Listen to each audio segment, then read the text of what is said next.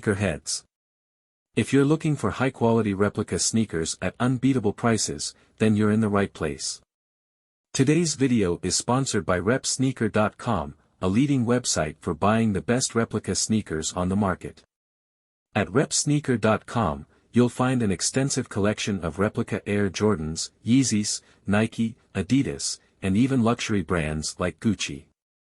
Their inventory is constantly updated with the latest releases, so you can stay ahead of the game and cop the hottest kicks before they sell out.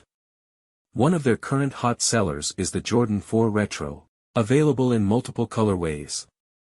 And if you're a fan of t-shirts, they've got a wide range of designs to choose from. Plus, they're offering free shipping on all orders, so you can save big on your favorite sneakers and apparel. But that's not all. reviewsindividual.com is currently running a special promotion where you can get an additional 15% off your entire order by using the discount code TBP at checkout.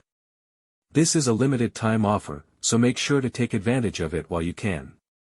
To make your shopping experience even better, reviewsindividual.com has a dedicated WhatsApp hotline, +1 51860655329, where you can get in touch with their team for any inquiries or assistance you might need.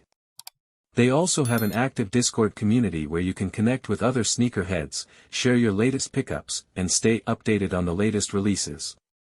If you're a true sneakerhead, you'll definitely want to join their Discord VIP member program, which offers exclusive benefits like early access to new releases, special discounts, and much more.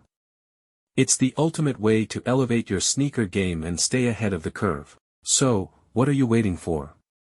Head over to reviewsindividual.com and start shopping for your favorite replica sneakers today.